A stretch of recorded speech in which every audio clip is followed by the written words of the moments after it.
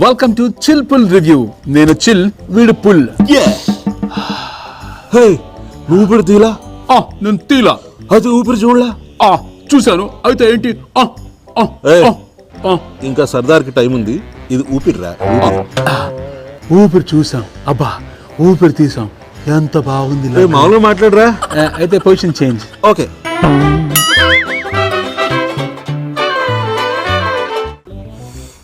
ఊపిరి. మీరు ట్రైలర్స్లో చూసినట్టు నాగార్జున గారికి మెడ కింద పాట ఏది పనిచేయదు. అతన్ని చూసుకోవడానికి హీరో కార్తీ వస్తాడు. అయితే ఇలాంటి రోల్ ఒప్పుకోవడం కష్టం, ఒప్పించడం కష్టం, తీయడం కష్టం, చూడడం కూడా కష్టం. కానీ ఒప్పుకున్నారు, ఒప్పించారు, తీశారు, చూసాము, బాగా తీశారు. బాగుంది సినిమా, మీరు కూడా చూడండి. రేయ్ ఇది చివరి చెప్పండి. టేక్రా ఫస్ట్ చెప్పేంటి? రివైండ్.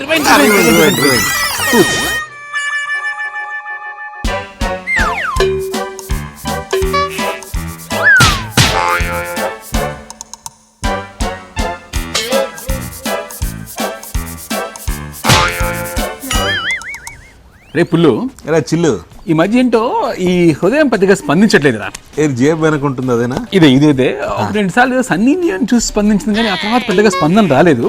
బాలకృష్ణ చూసి స్పందించిందన్నా? అది స్పందన కాదు, అది ఆవేశం. అది మరి జపట దాదగారు. అంటే నా ఉద్దేశం హార్ట్ ని టచ్ చేసిందిరా. ఇప్పుడు ఇది ఫీల్ గుడ్ మూవీ అంటావు? అదేరా, బాగా స్పందించారంటావు. బాగా ఫీల్ అయ్యాను రా. కరెక్ట్ అండి. అసలు మెడ కింద పోర్షన్ అసలు పనిచేయకుండా ఓన్లీ మొహం ఒక్కటే పనిచేస్తూ యాక్టింగ్ చేయాలంటే చాలా కష్టం అండి. అయితే నాగార్జున గారు ఈ కష్టమైన తరాన్ని, ఈ కష్టమైన ఫీట్ని చాలా బాగా చేశారు. అండ్ ఇది బాగా తీయడం కూడా చాలా కష్టం అండి. దీన్ని ఎంటర్టైన్మెంట్ యాంగిల్లో చూపించడం ఎందుకు కష్టం అంటే మొనోటనస్గా ఉంటుందండి. మొహం ఒకలాగా పెట్టాలి, మొత్తం ఎక్స్ప్రెషన్స్ ఒకే మొహంలో పని చేయించాలి అంటే చాలా కష్టం. ఇలాంటి పోర్షన్ చాలా బాగా తీశారు నాగార్జున గారు. నిజంగా హ్యాట్స్ ఆఫ్ చెప్పాలి. దీనివల్ల ఆడవాళ్ళకి జాలి కలుగుతుంది ఆయన మీద. ఇట్లా మంచి ఫీలు, దాంతో పిచ్చగా రెట్టింపు అయిపోతుంది ఆయన ఫాలోయింగ్ ఆడవాళ్ళకి. ఇంకో విషయం అర్థం కావట్లేదు నీకు. అక్కడ నాగార్జున గారు ఎంత సోలో, ఇంకొక సోల్ ఉంది అక్కడ. ఇప్పుడు 2-3 క్యారెక్టర్స్ సినిమాని ఎంటర్టైన్ చేయడం అంత ఈజీయా? కానీ కార్తీ చేశాడే పాప, ఏవి న్యాచురల్ ఫ్లో, ఏవి ఎంటర్టైన్మెంట్. ప్రత్యేకించి ప్రకాష్ రాజ్తో ఆ పెయింటింగ్స్ చూసావా? అక్కడైతే నేను 2-3 సార్లు సీట్ నుంచి కింద పడాను. పక్కన లేపాడు. బ్యాక్గ్రౌండ్ మ్యూజిక్ కూడా భలే వస్తుందా అని. Karthi steals the show. నేను కార్తీ కోసం ఇంకోసారి వెళ్తాను. కానీ ఒకటి అబ్జర్వ్ చేసావా? కంటిన్యూస్ గా రకరకాల డ్రెస్లు వేసుకుంటూ ఉంటాడు కార్తీ. ఎన్ని డ్రెస్సులు వేసుకున్నా అలాగే ఉంటాడు. అది కాస్ట్యూమ్ డిజైనర్ అలా పెట్టారంటే డిఫరెన్స్ ఉండదు. ఇదిగో సినిమా తమన్నా చూసి నువ్వు ఇదో కాచినట్టు చెప్పే విషయం. అబ్బా తమన్నా అండి అసలు సన్నగా అయిపోయి కాసేపు అయితే కనిపించదేమో అనిపించింది. మెరుపు తీగ మెరిసిపోయిందంటే మంచి గ్లామర్. ప్యారిస్ లో పిల్లని చూసావా? ఆ పిల్ల పేరేంటి తెలియదు కానీ కత్తిలా ఉంది. అబ్బా చంపేసిందండి, అదిరిపోయింది ఆ పిల్ల అసలు. కత్తిలా ఉంది. కానీ థియేటర్ లో నేను వచ్చాడు సీటీ వేసాను, గుర్తుపెట్టలేదు. ఏది అనుష్క డార్లింగ్ వచ్చినప్పుడు కదా. నువ్వు మాత్రం నువ్వు తక్కువ. నువ్వు శ్రీయా వచ్చినప్పుడు నువ్వు సీటీ వేయలేదు. నోటి టింగ్ టింగ్ టింగ్ మదిలో వీణలు మోగే. ఏంటి శ్రీయా చూసే?